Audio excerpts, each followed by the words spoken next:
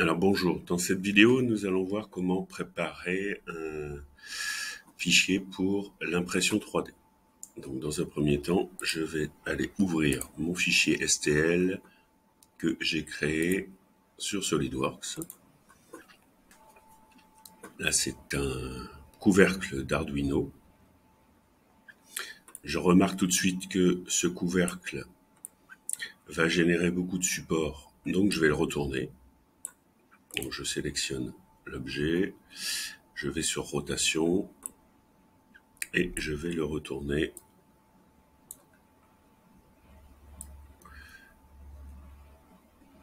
voici. Donc il va générer beaucoup moins de supports.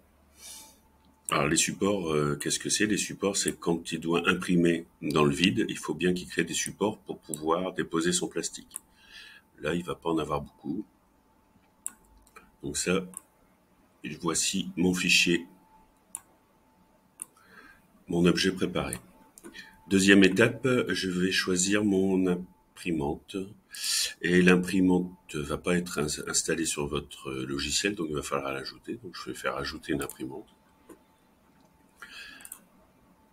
Je prends une imprimante hors réseau. Et là, je vais choisir une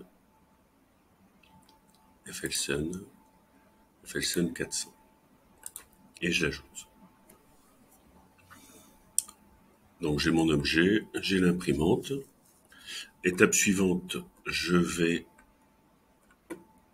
lui dire quel type de plastique j'ai.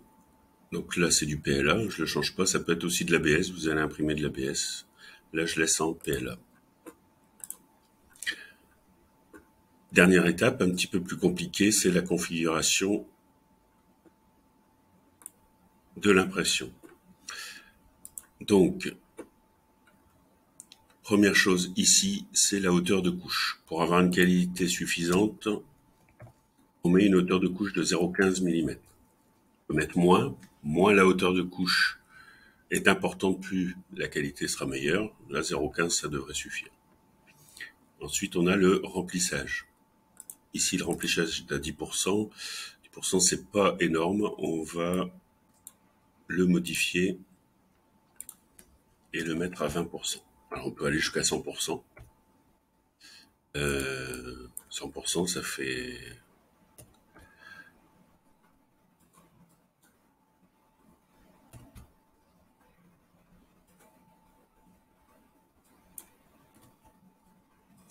ça fait une pièce de plastique complètement pleine.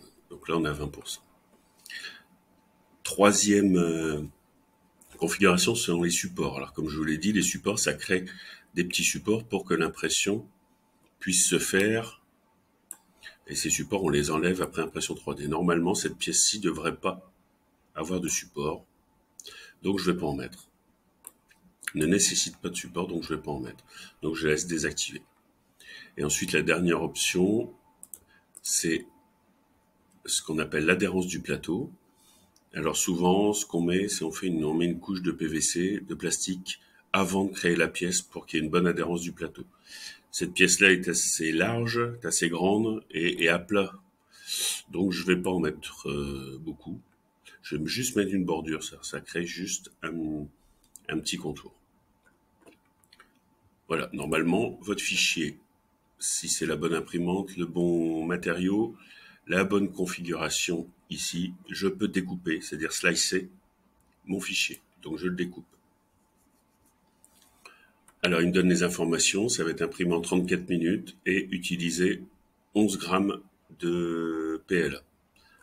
Donc là je peux faire plusieurs choses, je peux l'enregistrer sur mon drive ou l'enregistrer sur le lecteur directement. Donc là je l'enregistre sur ma clé USB et voilà, c'est fait. Donc sur ma clé USB, j'ai donc mon fichier que je vais pouvoir mettre sur l'imprimante 3D et lancer l'impression. Merci.